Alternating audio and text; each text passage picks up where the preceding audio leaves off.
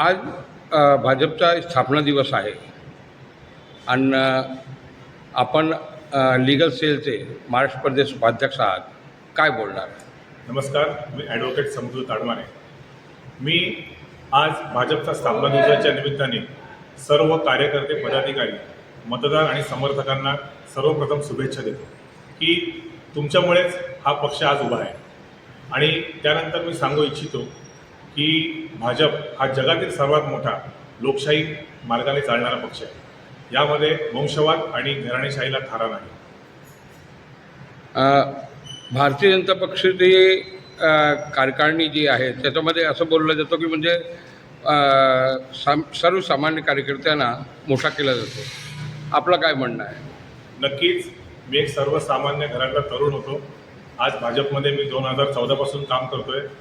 हळूहळू त्यांनी माझा कॅलिबर बघितला असेल, त्यांनी माझी क्षमता ओळखली आणि आज मला तुम्हीच सांगितलं की प्रदेश उपाध्यक्षपदी लीगल सेलच्या मला त्यांनी जबाबदारी दिली आहे.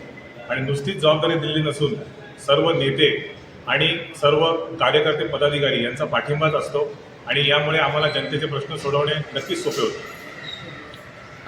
भारतीय जनता पक्षाने पहिल्यांदा डिजिटलायझेशन केलं आहे पॉलिटिक्सचा.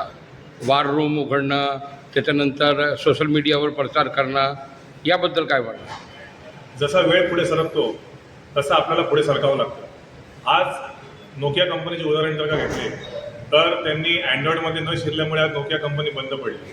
तर जर तुम्हाला कॉम्पिटिशनमध्ये राहायचे असेल, या समाजात राहायचे असेल, तर तुम्हाला वेळेनुसार बदल करणं आवश्यक आहे. त्यानुसारच भारतीय जनता पार्टीने स्वतःमध्ये बदल केलेले आहेत. वंशवादबद्दल काय बोलणार? भारतीय जनता पक्षाचे पण काही खासदारांचे, आमदारांचे मुलांना किंवा मुलींना पॉलिटिक्समध्ये तिकीट दिलं गेलं आहे, त्याबद्दल काय बोलणार आपण? भारतीय जनता पार्टीमध्ये संघटनात्मकदृष्ट्या जर का बघितलं तर वंशवाद नक्कीच नाही.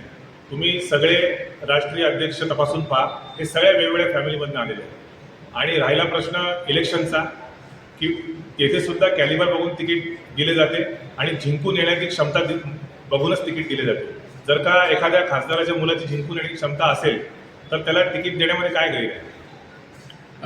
भाजपला सुरुवातीपासून ठप्पा लागलेला की ब्राह्मणाची पार्टी आहे, याबद्दल आपण काय बोलणार? जे ठप्पा लावतात ते जातीवादी असतात. भाजप ही सर्वसमावेशक पार्टी आहे. इथे जाती धर्म बघून पदं दिली जात नाहीत, जबाबदाऱ्या दिल्या जात नाहीत. आणि भाजपमध्ये कॅलिबर बघून जबाबदाऱ्या दिल्या जातात.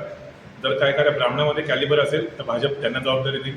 एखाद्या मराठ्यामध्ये असेल तर भाजप त्याला जबाबदारी देईल.